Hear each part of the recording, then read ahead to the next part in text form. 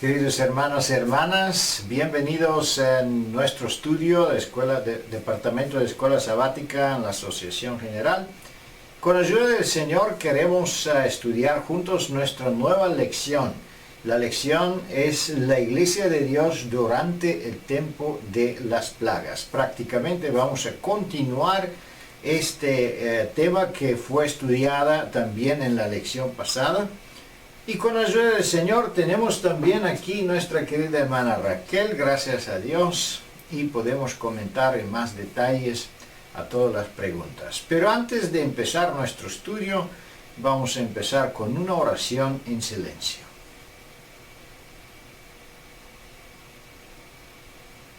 Amén.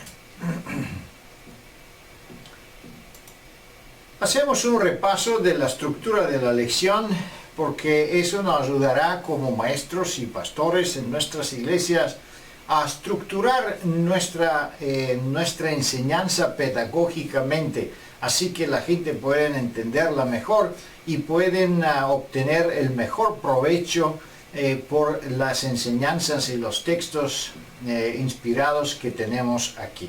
La introducción de la lección tiene que ver con los santos protegidos por los ángeles. Vamos a ver, si se recuerdan, la lección pasada tenían bastante situaciones terribles relacionadas con las primeras 5 plagas. Entonces se hablaba de qué pasaría con el mundo, con los impíos, cómo ellos se sentirían.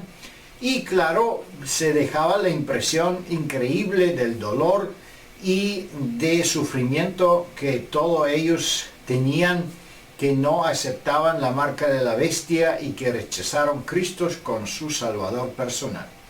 En lo mismo tiempo quedaba la pregunta, ¿y qué sucedería con los fieles, con los hijos de Dios? Y aquí tenemos la respuesta en la introducción de esta nueva lección. Debemos confirmar otra vez que las plagas no son universales. Las plagas se derraman en lugares particulares en la tierra, pero en lo mismo tiempo entendemos que las plagas están acumulativas, que significa que la primera plaga sigue su expansión de enfermedades y la segunda plaga también está presente cuando se derrama la tercera y así adelante. Seguimos analizando la estructura de la lección y vamos a ver que así llegamos a la segundo subtítulo, probado como Jacob. Esta lección especialmente van a dedicar varias preguntas relacionadas con este ejemplo que tenemos en uno de los patriarcas, Jacob. Es muy importante como maestros en la escuela sabática que podemos explicar los términos adecuados. ¿Qué es la angustia de Jacob? ¿Qué significa eso? ¿Qué significa la lluvia tardía? ¿Qué significa las resurrecciones que estamos esperando? ¿Qué significan las plagas? Porque muchas veces las nuevas visitas tienen este problema de entender el tema por no saber las definiciones adventistas de la terminología de lecciones más complicadas, como por ejemplo es esta. Seguimos adelante y vamos a ver que el próximo subtítulo, luchando para alcanzar la victoria, también está relacionada con la vida de Jacob, especialmente con su lucha con el ángel y cómo esta lucha está reflejada ahora con la lucha de los hijos de Dios en estos últimos tiempos. ¿Por qué tienen esa angustia? Y bueno, hay varias preguntas muy importantes que todos nosotros como miembros de la iglesia debemos conocer mucho más como maestros y ministros. El otro subtítulo, cambio del nombre, está obviamente relacionado con la victoria y con eso termina la lección de una forma positiva, victoriosa. Es muy importante aprovechar este tema también a animar la hermandad y toda nuestra visita y terminar nuestra lección con un pensamiento positivo, victorioso, porque, bueno, el tema de las plagas no es agradable. Con ayuda de Dios vamos ahora a regresar y vamos a pasar sobre las preguntas y podemos analizarlo juntos con nuestra querida hermana Raquel. Vamos a ver qué dice nuestra primera pregunta. Nuestra primera pregunta dice el siguiente: ¿cómo actuarán los santos cuando termine el tiempo de la gracia? ¿Qué dice Raquel? Es interesante que en la lección pasada habíamos considerado cómo se sentían aquellos sobre los cuales descendían las plagas.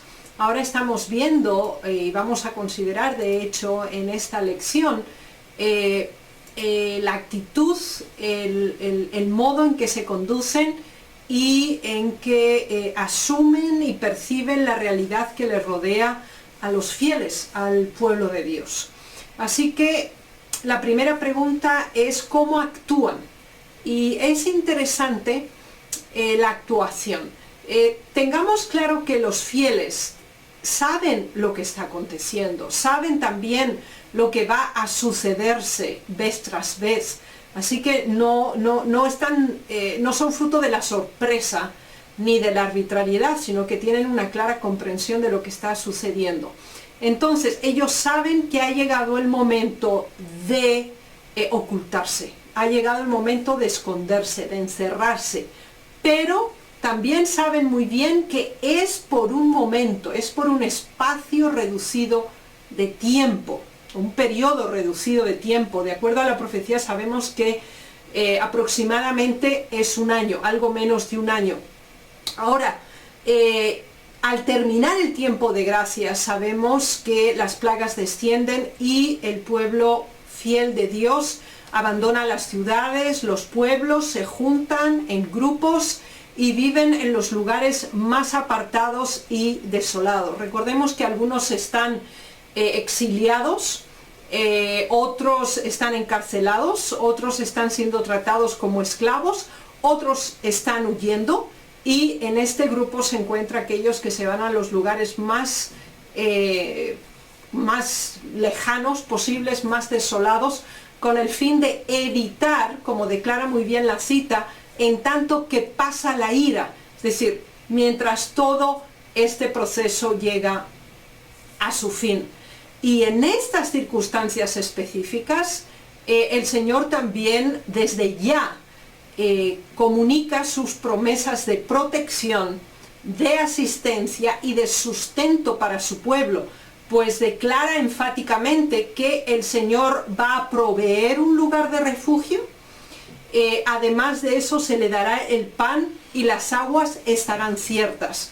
Estos tres elementos son muy significativos para todo ser humano, es decir, tener un lugar en el cual uno pueda sentirse protegido, obviamente de acuerdo a las circunstancias, y también el sustento básico está previsto juntamente también como la ingesta hídrica.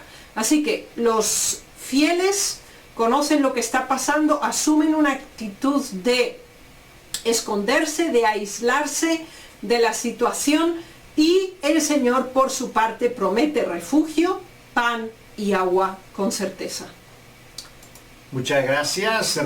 Recordémonos que en este tiempo es cuando las plagas derraman sus consecuencias sobre el agua salada, después sobre la agua potable. Entonces en la tierra es una falta de agua, es una ¿cómo se llama? Sequía. Una sequía, sí. Por la ausencia del agua en muchos lugares también. Si las aguas no son universales, quizá no en todos los lugares, las aguas se hace como sangre, pero en muchos lugares sí. Entonces sí tenemos una carencia, se llama carencia de agua, pero para los santos mira que está proveído la agua y el pan.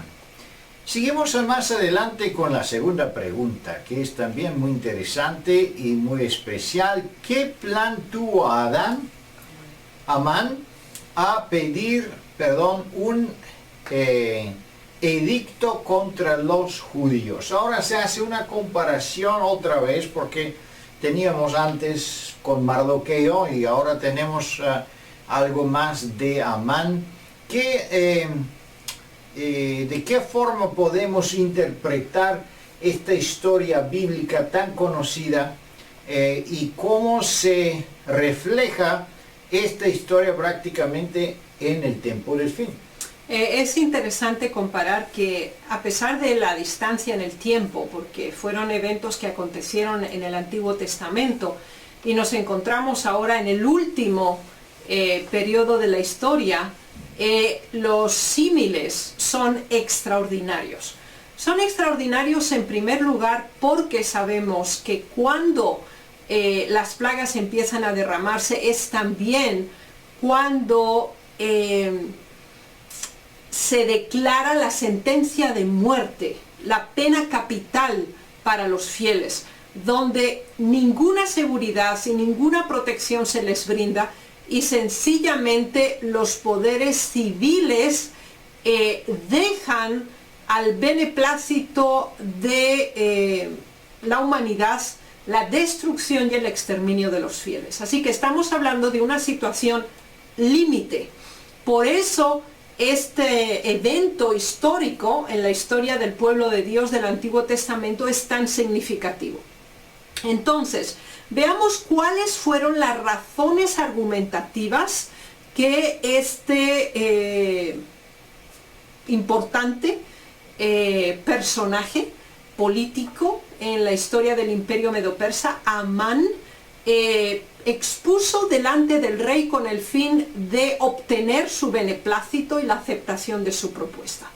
En primer lugar, describió en forma muy exacta las características del pueblo de Dios en ese tiempo. Y la primera es, hay un pueblo esparcido y dividido entre los pueblos en todas las provincias de tu reino.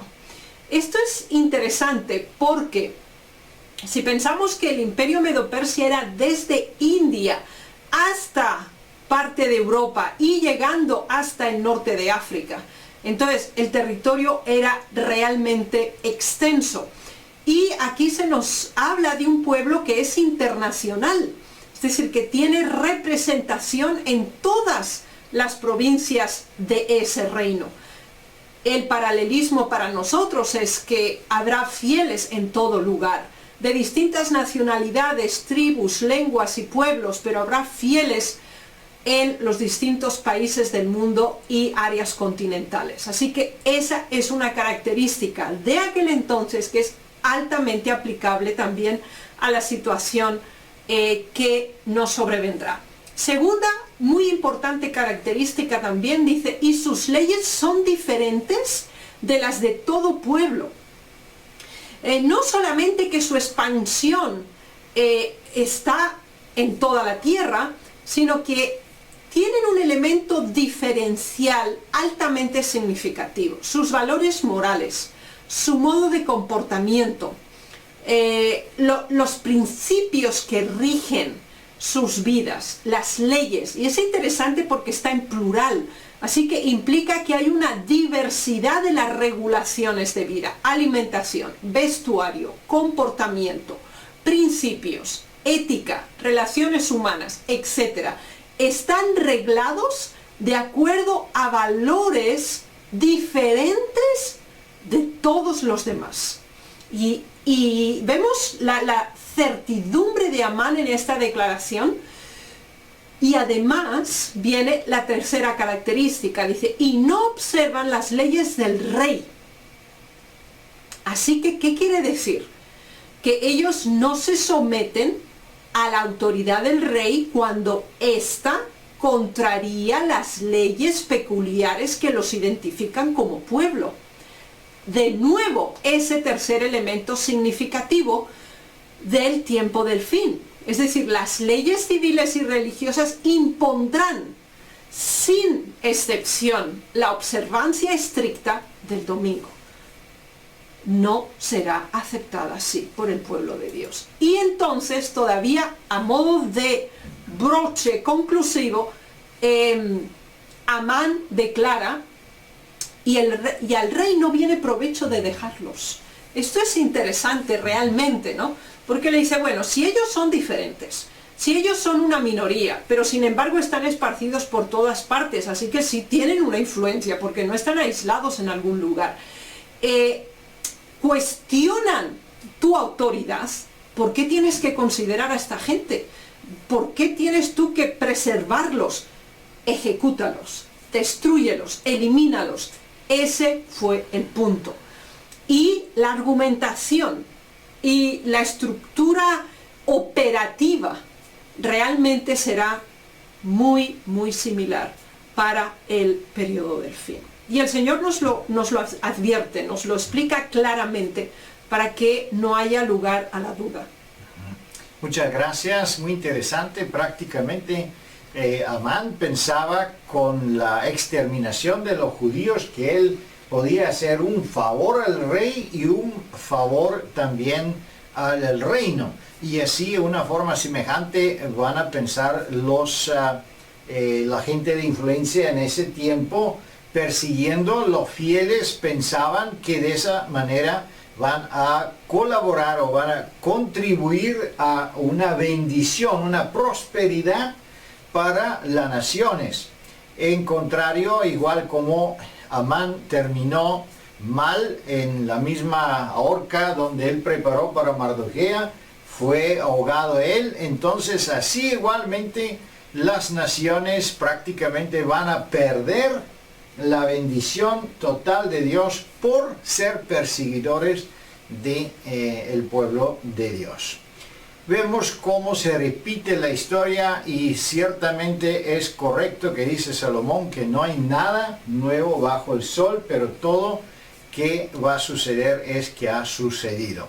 Siguiendo adelante, la pregunta número 3. ¿Qué argumento tomarán los impíos para proceder contra los santos? ¿Qué argumentos van a tener ellos? Sí, los argumentos que habíamos citado en la segunda pregunta son elementos identificativos de este grupo.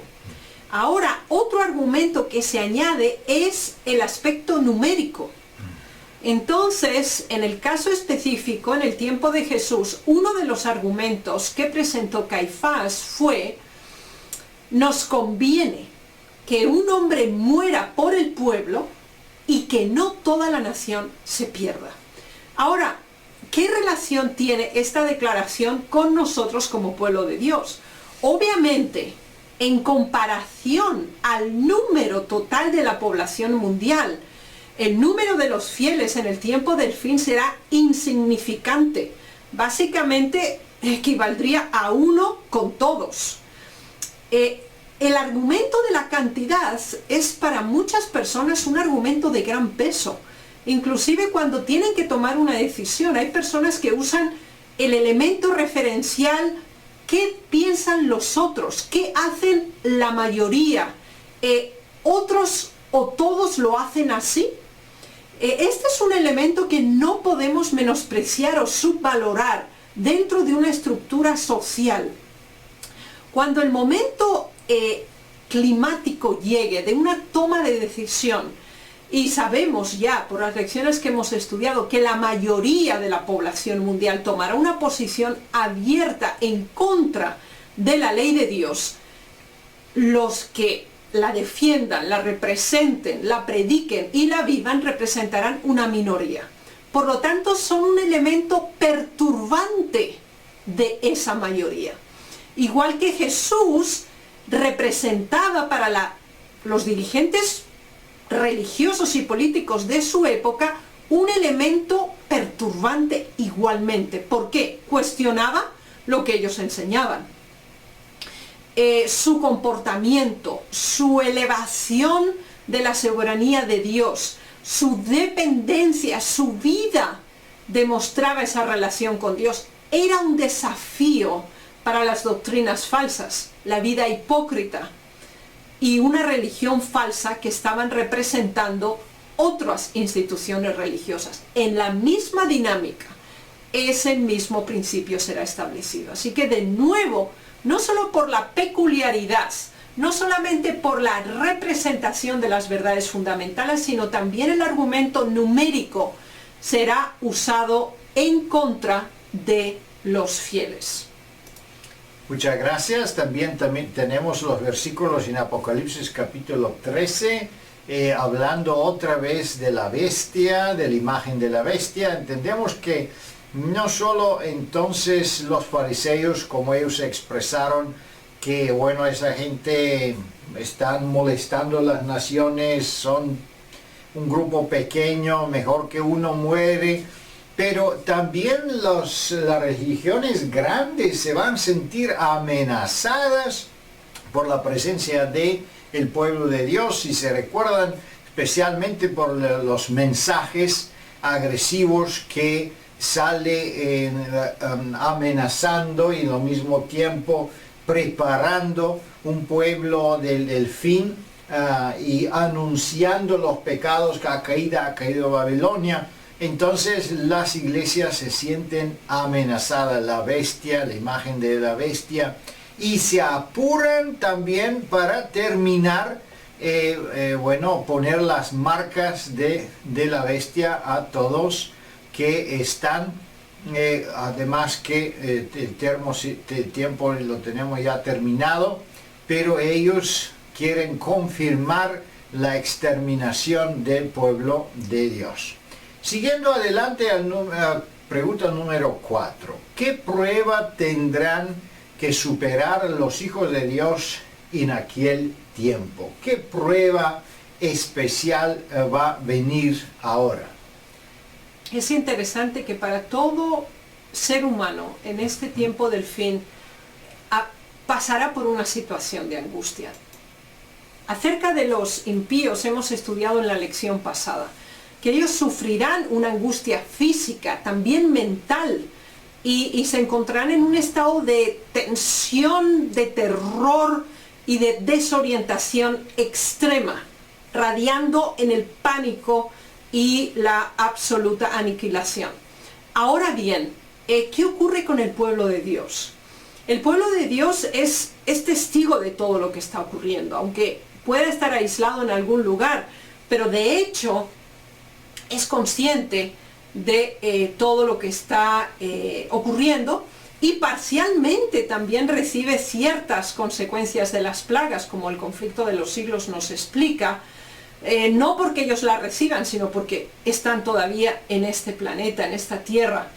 Ahora, esto no sería significativo porque para el pueblo de Dios hay unos valores que tienen un significado superior a todas las limitaciones físicas y medioambientales que puedan estar enfrentando. Por eso se nos habla de un tiempo especial, un tiempo en que se presenta una situación de angustia mental, un momento de gran tensión espiritual, no por temor inicialmente en la primera fase de las plagas, pero sí por la angustia.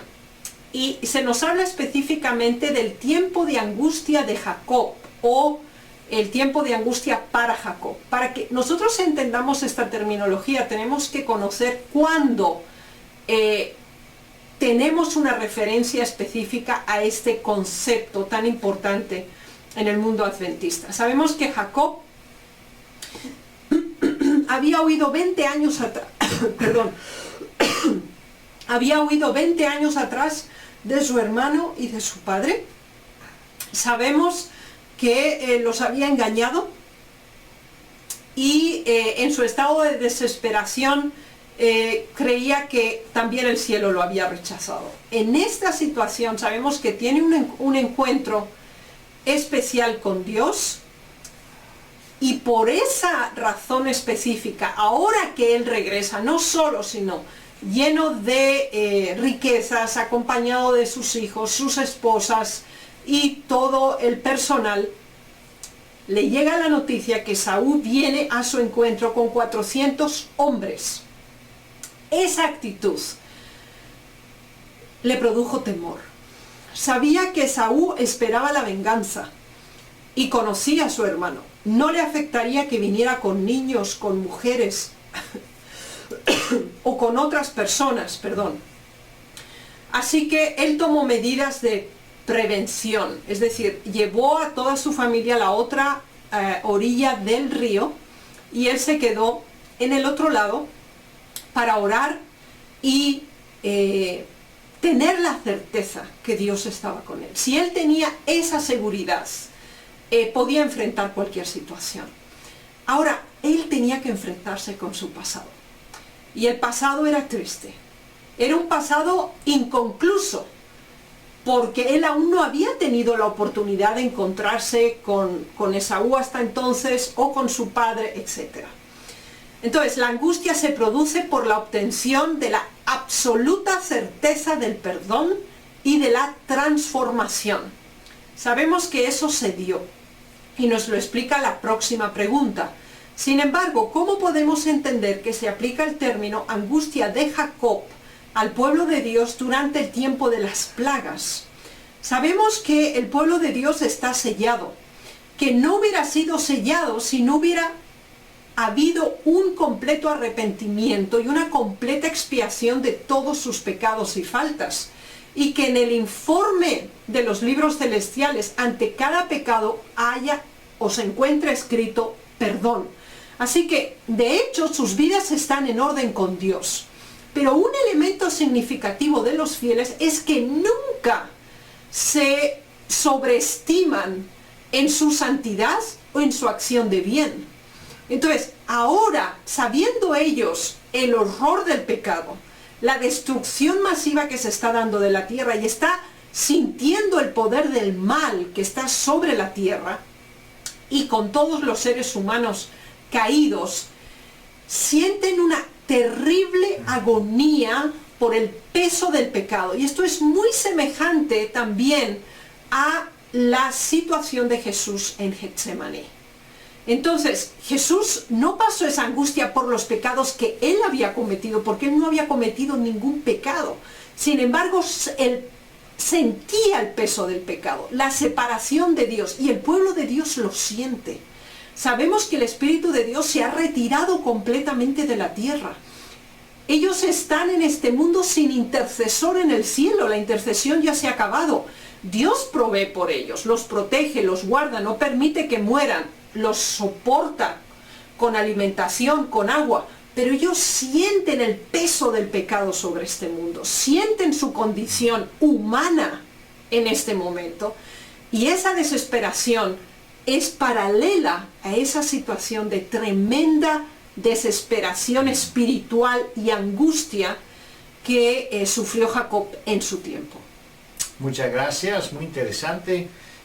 También podemos mencionar que el ángel que vino a enfrentarse con Jacob, prácticamente él vino y puso su mano, dice el testimonio, sobre su hombro para confirmarlo, para darle apoyo, pero Jacob en su angustia pensaba que es un enemigo. Así también creo yo que también en los últimos días los ángeles de Dios van a venir para ayudar a los santos, al pueblo de Dios, y apoyarlo. Pero también esta angustia es increíble pensando de que Jesús no está o no estaría en el lugar santísimo, y eso lo van a conocer, lo van a saber el pueblo de Dios, y sabían que van a vivir en esa condición. Bueno, el Espíritu Santo se retira del mundo, pero el Espíritu Santo en lo mismo tiempo está sobre los fieles. El pueblo de Dios no tiene carencia del Espíritu Santo, en contrario, ellos reciben una medida extraordinaria hasta viene el momento cuando sus rostros van a ser iluminados, en una forma como también Moisés regresando del monte Sinaí. Bueno, seguimos adelante para ver qué pasa con pregunta número 5. ¿Cuál es el medio que utilizará el Señor para purificar a sus hijos? Esta pregunta es un poco, ¿cómo se llama? Quizá difícil o puede levantar algunas dudas. ¿En qué sentido? Porque la purificación del pueblo prácticamente ha sucedido antes de que se termine el tiempo de la gracia. Pero en lo mismo tiempo el crecimiento espiritual sigue también después de la resurrección, porque nunca vamos a cesar o parar a crecer espiritualmente y a aprender cosas nuevas con ayuda del Señor. Entonces, ¿cómo se hace esa purificación, Raquel? Bien, es interesante que cuando Dios pronuncia esa sentencia final donde dice el que es santo santifíquese todavía y el que es justo justifíquese todavía, significa precisamente lo que se acaba de comentar, que no hay un estado estático dentro del crecimiento espiritual. Y ahora, en el momento de mayor angustia, cuando se ve cómo se está destruyendo el planeta, en qué tremenda situación se encuentra la humanidad, y el pueblo de Dios ve la situación que le rodea, que son una minoría, que la situación es extrema y final, que saben también que se ha pronunciado esa sentencia de muerte para que quien los encuentre los pueda matar. Y de hecho van a intentarlo, aunque Dios no lo va a permitir. La muerte de los fieles no tendría valor en ese tiempo. Los ángeles los van a proteger, ninguna arma los va a herir, pero esa situación de inseguridad, esa situación de desubicación, porque no es desubicación en el sentido de que ellos no saben lo que está pasando, pero sí es altamente inestable y vulnerable el ambiente en el que se encuentran, considerando la angustia personal por la que están pasando. Ahora, en ese momento significativo, ellos no tienen nada en esta tierra, nada en absoluto. No tienen posesiones, no tienen nada de lo cual puedan afirmarse. Lo único que tienen es a Dios en sus vidas. Y ese es el elemento más elevado de su experiencia, que no se hubiera dado en otras circunstancias donde siempre hubieran existido elementos de soporte, apoyo, consuelo, etc. Aquí no hay nada. Y la situación es de vida y muerte, es extrema, es al límite, como el pueblo de Dios está viviendo, igual que los impíos, aunque obviamente en contextos diferentes. Entonces, esa situación de absoluta dependencia de Dios, absoluta entrega, confianza, rendición a Dios, es el momento cumbre de su experiencia, que los santifica mucho más a través del sufrimiento, el dolor, la angustia, la percepción del pecado y al mismo tiempo su necesidad anhelante y suplicante de la presencia de Dios en sus vidas y el anhelo de ver al que ama su alma, que es el Salvador, viniendo en las nubes de los cielos. Muchas gracias, muy interesante aquí el testimonio también, la primera línea de los testimonios dice, fue una hora de tremenda y espantosa angustia para los santos. Creo que una razón de esa angustia también es el conocimiento que ellos tienen que en la segunda venida nuestro Señor Jesucristo viene en su forma majestuosa, en su presencia divina. Entonces pueden soportar su presencia o ver Dios directamente. Entonces se requiere un nivel espiritual, una preparación espiritual extraordinaria, especial. Entonces los santos temen que quizá ellos no tienen alcanzado este nivel espiritual y cómo va a ser, bueno, todo eso. Pero gracias a Dios tenemos también ese conocimiento del gran conflicto, que en un momento específico ellos escuchan la voz de Dios, Sí. que le anuncia el día y la hora de la venida de su Hijo. Entonces están confirmados y entonces que ellos son los hijos de Dios y que ya viene este evento tan esperado, la venida de nuestro Señor Jesucristo. Seguimos adelante con la próxima pregunta 6. Si luchemos contra Dios en oración como Jacob, ¿cuál será el resultado hoy y en el tiempo de angustia?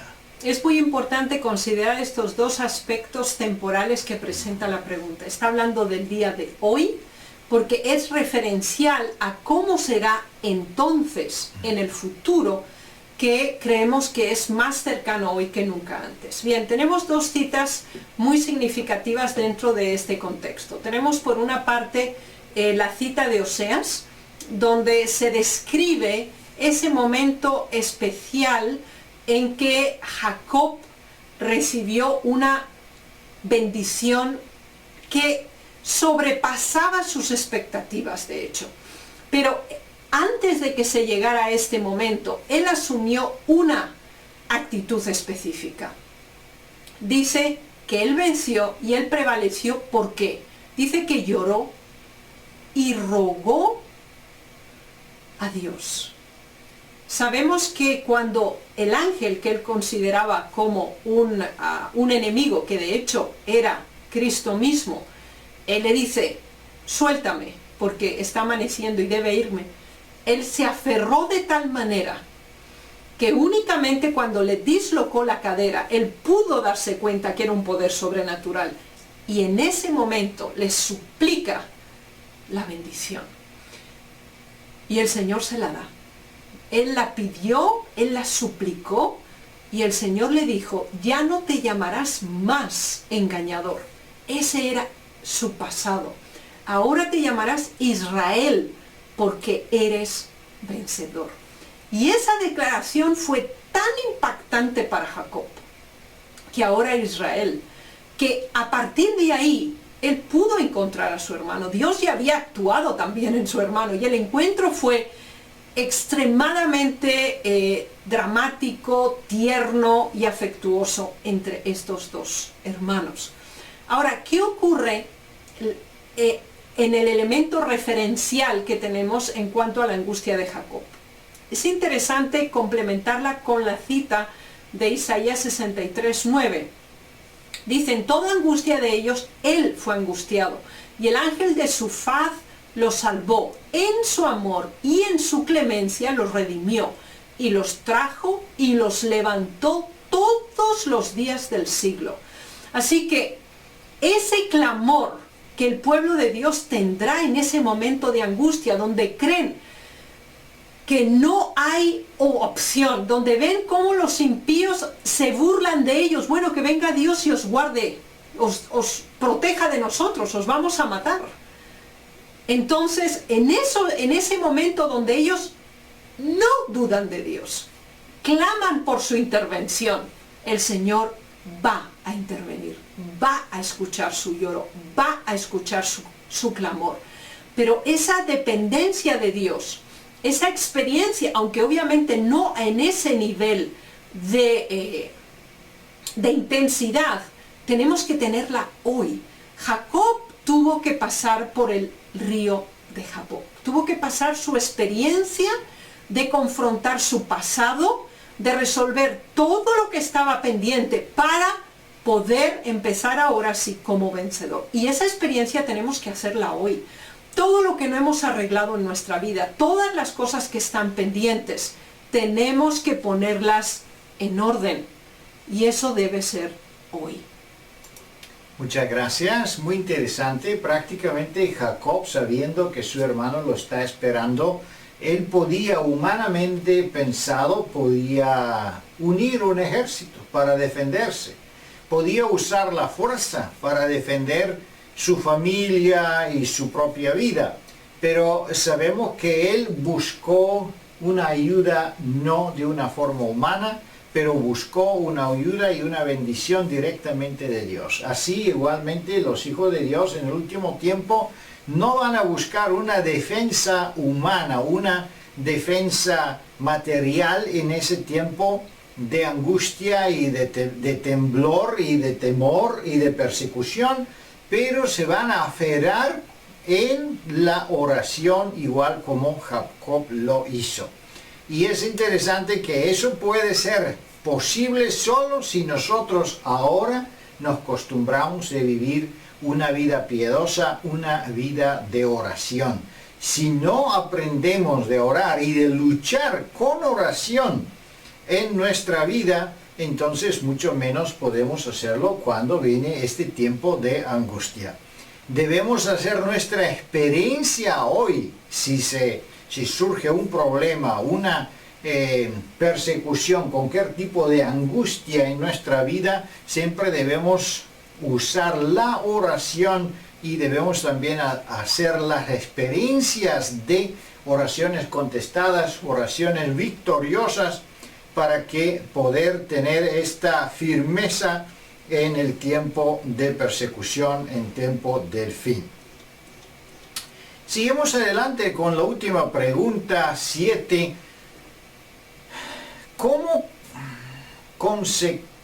consecuencia de su lucha y victoria, ¿cuál fue el resultado? ¿Cuál fue el resultado? Bueno, yo creo que es todo, sabemos el resultado, pero ¿qué significado tiene este resultado para todos nosotros?